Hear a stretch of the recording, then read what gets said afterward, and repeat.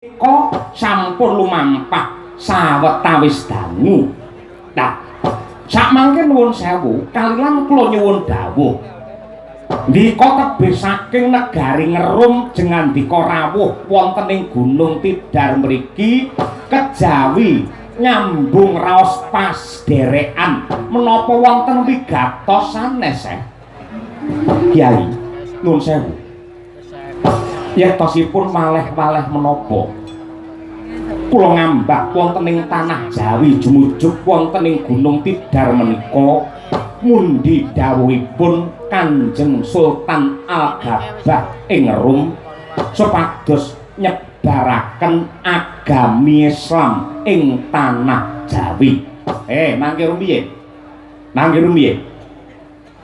Menapa sebabipun kok agami sampeyan badhe mangsebarke teng mriki mongko tiyang mriki sampun anggadhahi tata cara manembah piyambak sampun gadah agama piyambak wong Jawa niku duwe agama sing diarani agama kapitayan.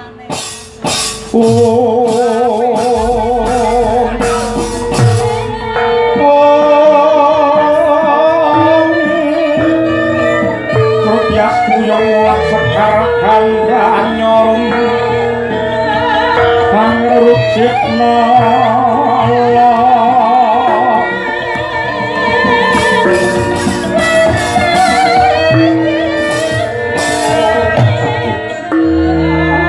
nuwun sewu Kyai Semar, menapa kula dipun keparengaken nyuwun dawuh bab agami tanah Jawi nenggih agami kapitayan menika agami ingkang kados pundi lan cara carane sembah yang kados pundi kula nyuwun katerangan. Wong Jawa niku sampun gadah agama kapitayan lan tata cara manembah mring Gusti. Menapa to sebabipun agami mriki sinebut kapitayan karana ingkang dipun beteni ingkang dipun sembah nenggih Sang Hyang Toya ingkang tuhutan kena kinaya napa.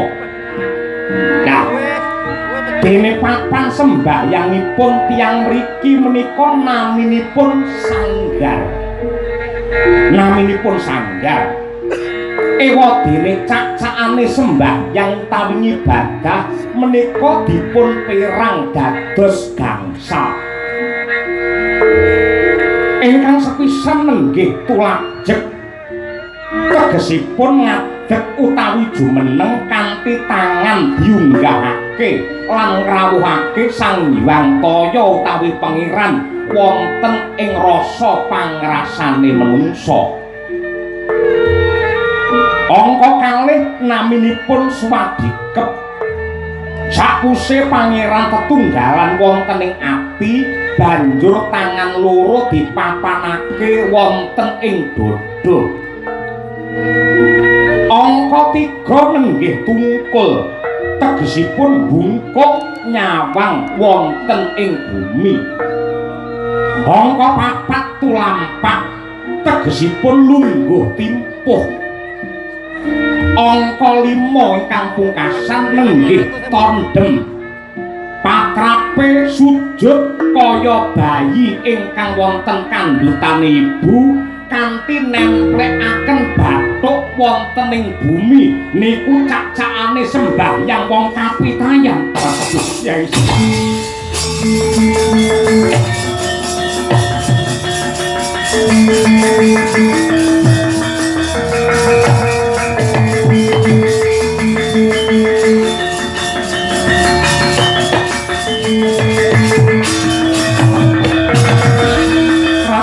Saipya tumandang mung lempung bang kang kinarya matri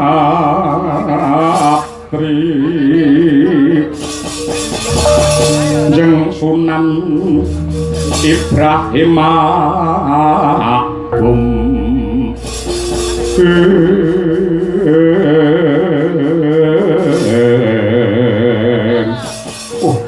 Kyai Semar. Babar pisan kula mboten nduga mono. Jebul tiyang Jawi sampun nyedap-nyedapi. Ing atasipun pulo mriki tebih saking tanah Arab. Parandene tata carane sembahyang luhur lan sae kados mekaten. Kyai sisan damel kula aturaken bilih nuwun sewu. Tata caranipun ngibadah agami pungkasan lan agami kapitayan. Agami Islam kalian agaminipun tiyang Jawi menika meh sami. Ingkang paduka dawuhaken tulajeng niku yen Islam takbiratul ihram. Lajeng swadikep tungkul niku tegesipun rukuk tulapak menika lungguh ing antarane sujud. Tondhem niku sami kalian sujud. Tegesipun Islam kalian agama Jawa menika kaya tumbu sing entuk tutup sampun gathuk lan matuk.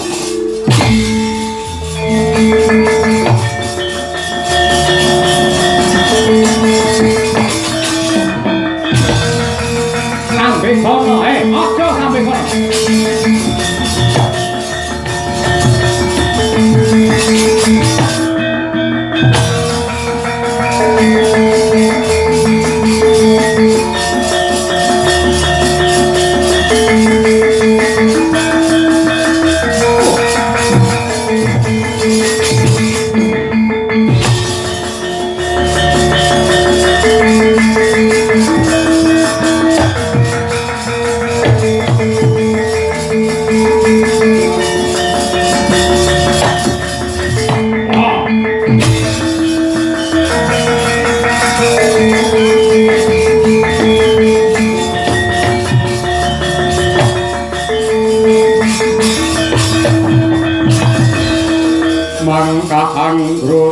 Sasumbar lindu kata bumi kunjing kumaludho kuntur kato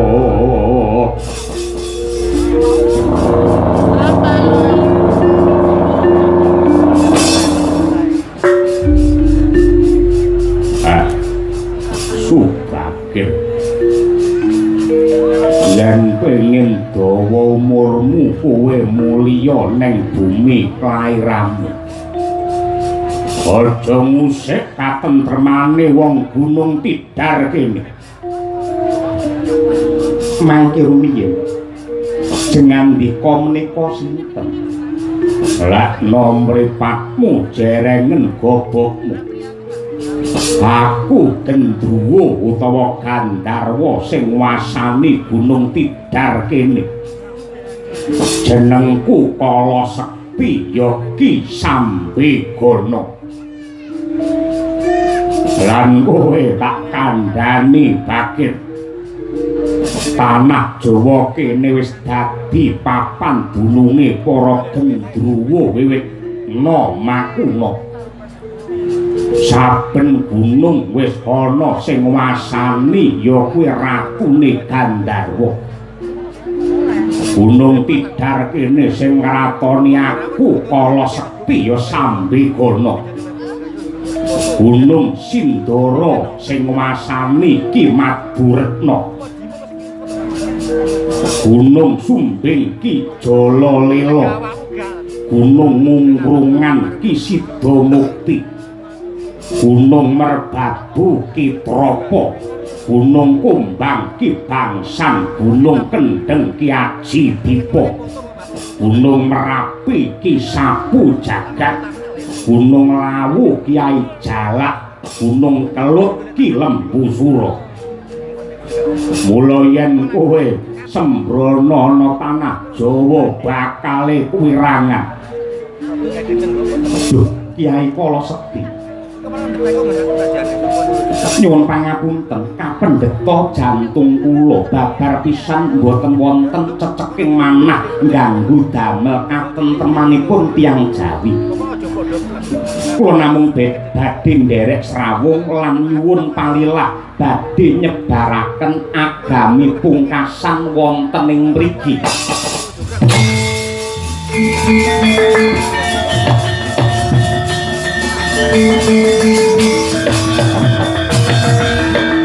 Iya, war nyebarke agamamu. Pol-pole yen agamamu wis nyebar neng kene, iki mengko ora enek wong genduren, ora enek wong bersih desa, ora enek wong sing nanggap kabudayan tanurunga wong wayangan malih arang-arang. Wes sawangan. Neng kene iki sawangan. Tumblek-blek sing nonton pirang-pirang ning sing nanggap taun iki malih arang-arang. Ing atase rego apa wae mundak bensin mundak apa-apa mundak rego dalang malah anjlok Mas. Kowe engko yen nyebarke agamamu tanurunga wong tanah Jawa bingung golek sandang pangan kelangan jati diri.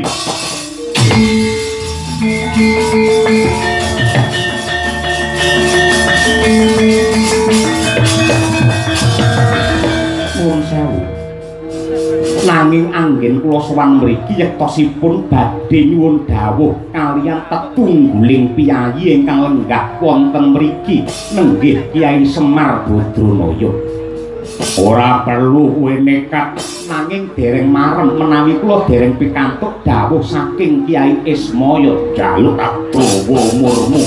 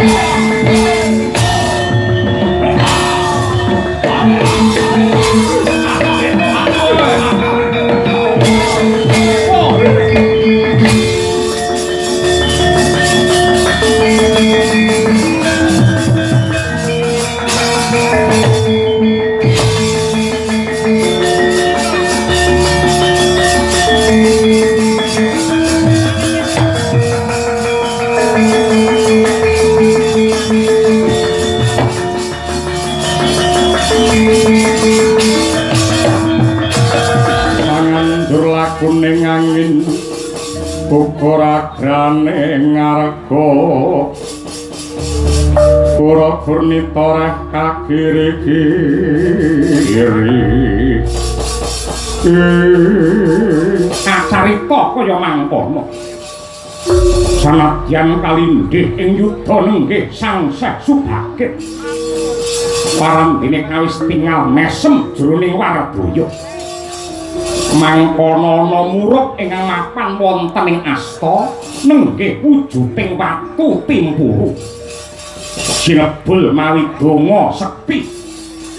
Den bandemake dumateng Ki Kala Sekti ya Ki Sambegana ambyar dadi lebu.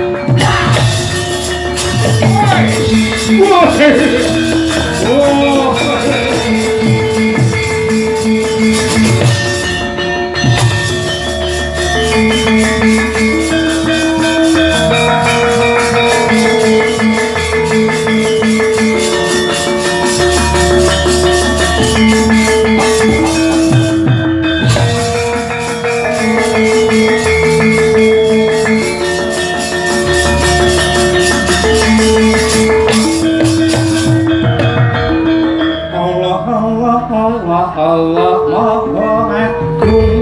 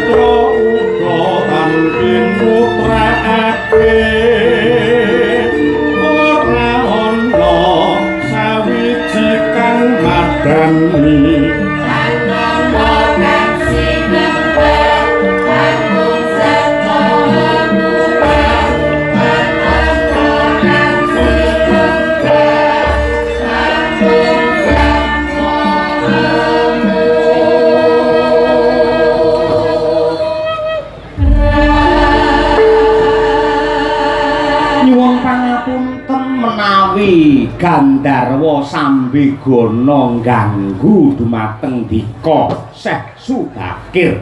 Nggih Kyai. Mboten dados menapa malah kula ingkang nyuwun pangapunten. Kula mboten jarak, kula mboten sengaja satemah Sambigana kala wau lebur dados awu. Nggih ngoten niku yen gendruwo niku. Yen sore kaya ya ora raru. Ning anggere bar jam 1 bengi tilem niku mangke. Nggih. Melek-melek wis ngarepne kentong subuh bar niku rayan teng WC lan niku Gandharwa niku.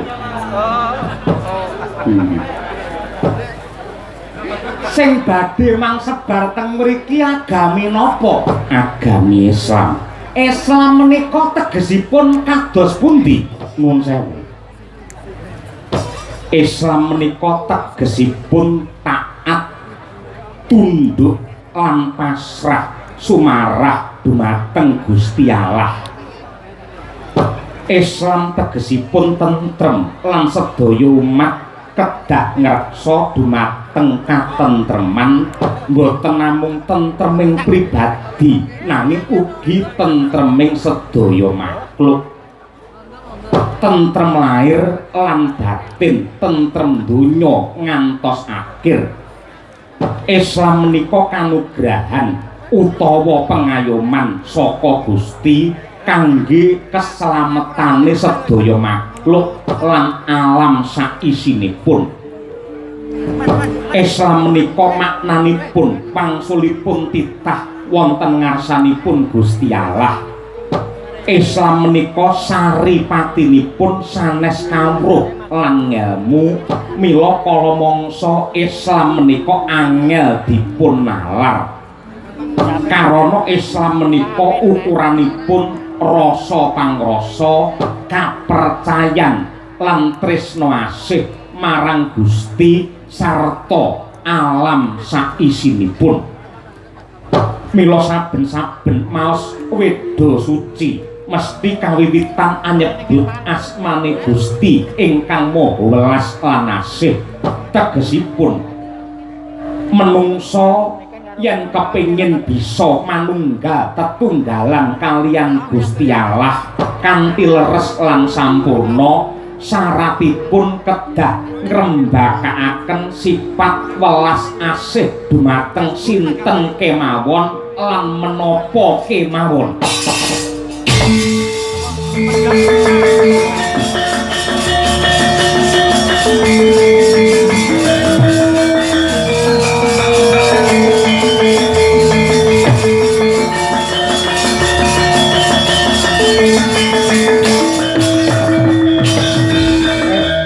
Nggih, Syekh Subakir nggih.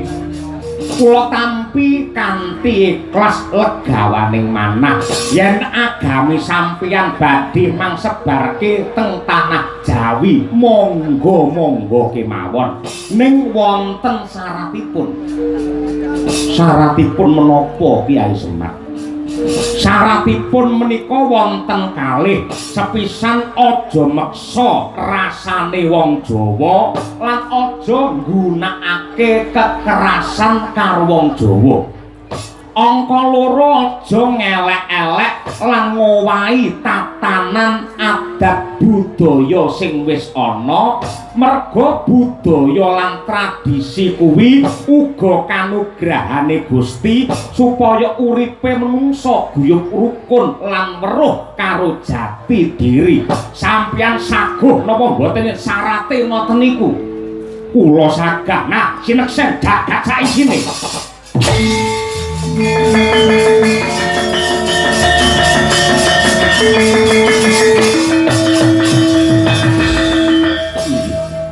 Gandeng sampun wonten gaduh ing rembak antawisipun kula kaliyan danyanging tanah Jawi Kyai Badranaya.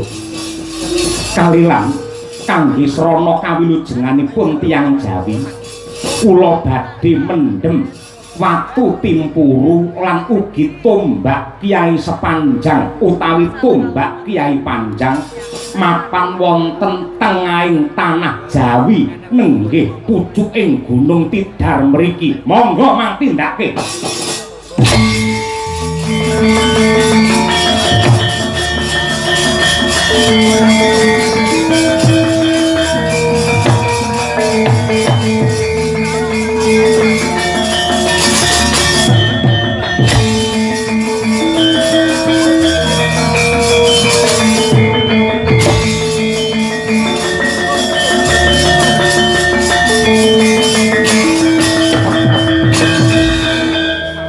Saklajengipun menapa malih, Syekh? Nuwun sewu. Saklajengipun kula badhe numbali tanah Jawi. Supados tebih saking Sambikala kula badhe numbali kanthi awujud duk alang-alang andong kaliyan sarem. Mugi-mugi saged barik mapan wonten ing tanah Jawi.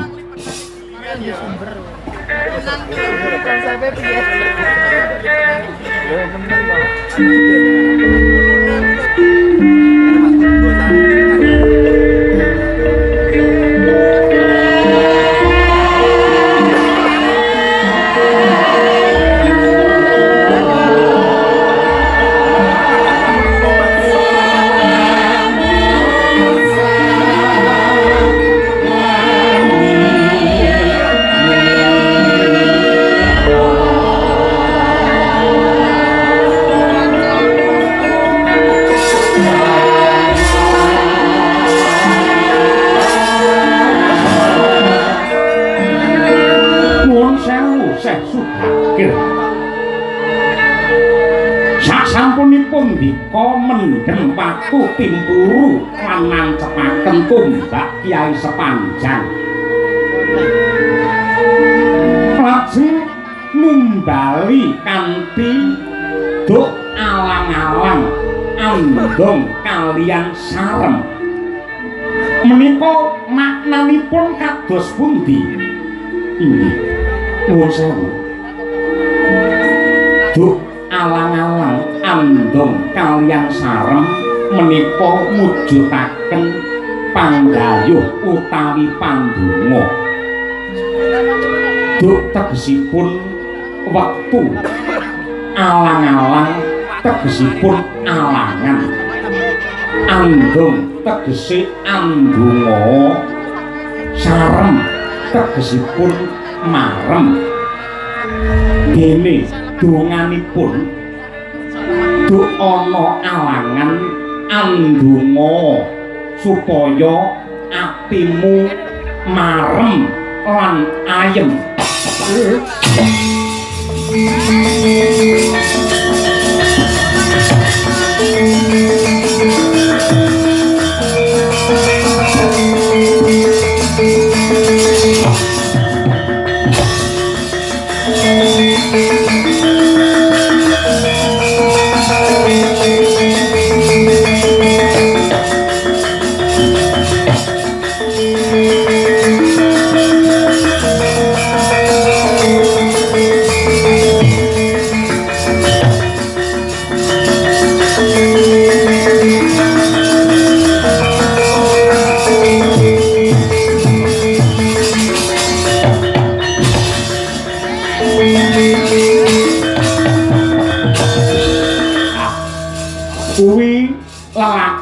Gedhe sejarah suci antarane Semar karo Sang Subagir magepokan kelawan tumangkari agama pungkasan nganti bisa dadi srana rahayune tanah Jawi nganti saiki ya Mas. Waduh Kyai. Babar pisan kula mboten nduga mono. Pilih papan menika papan ingkang luhur, papan ingkang suci. Mila menawi ndika badhe mbangun kayangan wonten mriki. Mugi wonten keparinging penggalih kula badhe nderek uyung-uyung aning uyung tetep kula badhe nderekaken dhumateng paduka Sang Pamong Sedaya. Matur nuwun pancen kaya mulang.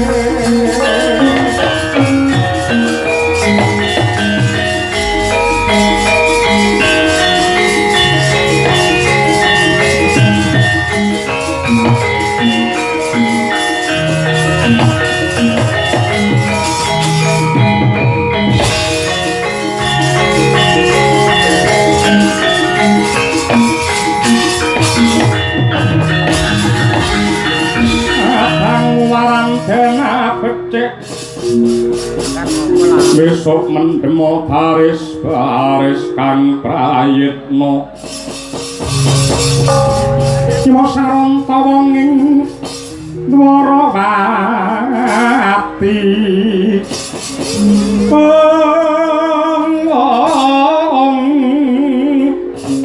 tinumpes panik wawak Pandhawa ora urung dadi mungsuh ora urung dadi mungsuh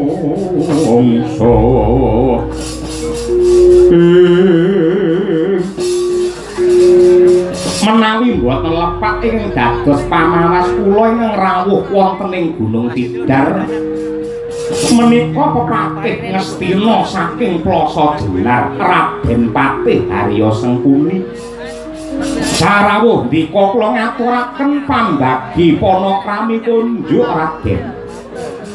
Iya Kyai Semar ndak tampa gawe bombong ing rasa ora liwat pangestu kumara gage tampanana. Kainggih Gurawalan anggen kula mundi mugi andadosaken jimat. Ndara Kartamarma dipun prayogakaken anggenipun pinarak lho. Iya Kyai Semar ora kurang prayoga anggen kuprapta. Kok janur gunung kadengaren ndika rawuh wonten ing Gunung Tidar manggi dumateng kula Semar. Wonten menapa Raden Patih? Kyai Semar. Wase wigati ngene ya Kyai. Aku mundi dawuh pangandikane Ratu Ngastina ya kuwi anggir anak Prabu Duryudana. Gandeng Gunung Tidar iki papan ingkang subur, papan ingkang indah, papan ingkang nengsemake dasare hawane adem weh prabawa tentrem.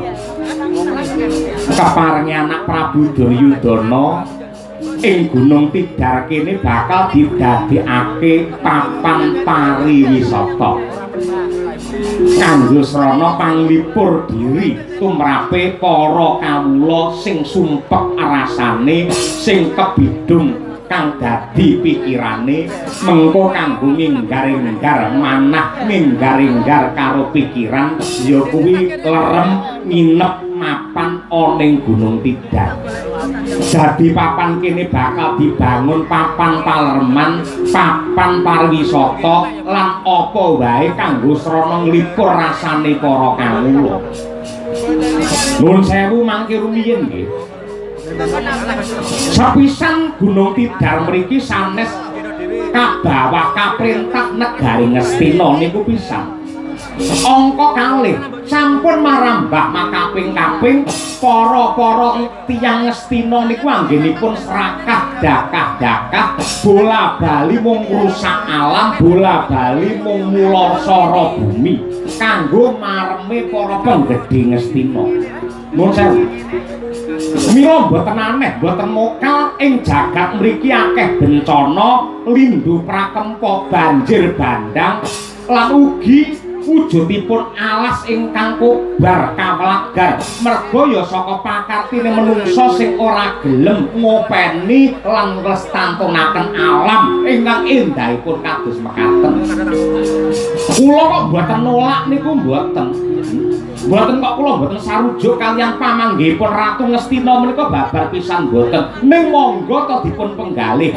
Jagat niki bumi niki nggo diayomi diopeni bareng-bareng sampeyan kudu eling sing jenenge bumi sing subur loh jinawi niki yektine dudu warisane mbah-mbahmu mbiyen ning niki titipane anak putu sing kudu direksa lestarine nganti kapan wae.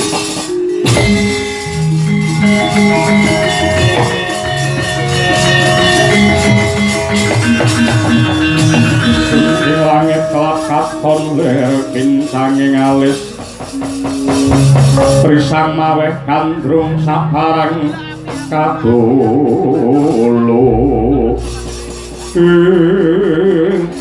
teta lamun tapi ora kena dinawi becik Semar kowe wegah nampa wewarak ora manut karo dawuhe Ratu Mestina. Mongko anggenku teka mrene iki nganti prasata Kurawa lan aku diparingi Purgawasisa. Yen nganti kowe nduguk mutawaton gajah lar singa barong ora gelem nglilakake bumi iki kanggo papan wisata lan kowe ora enggal lunga saka Gunung Tidar. Ora kok aku meden-medene iki ora nganti kentong subuh lakon gilang-gilang kuandamu dudu arepe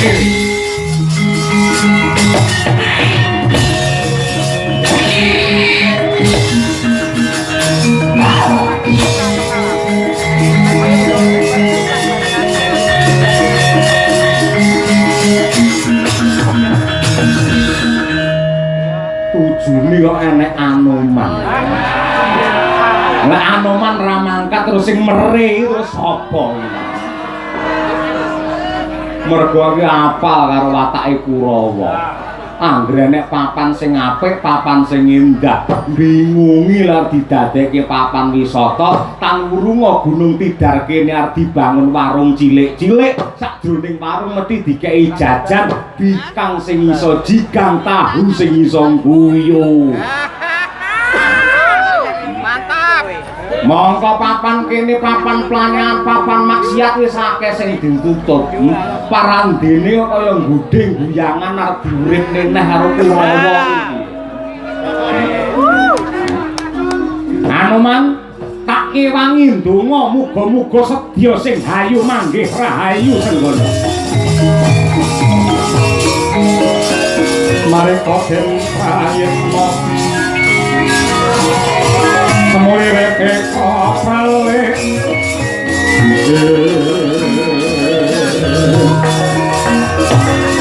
Yoni kondo yoni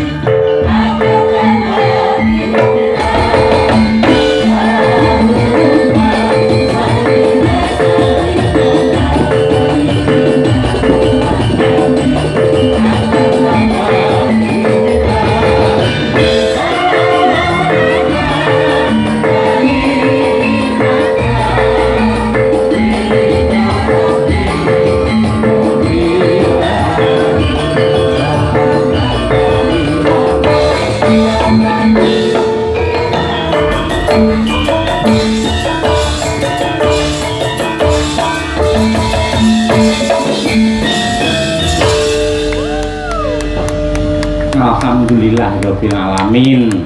Iya, Mas, ya. Nduk, dawuh, Mas. Puji syukur kunjuk ana ngarsane Gusti ingkang nyipta jagat awake dhewe sak kanca. Ing ratri iki bisa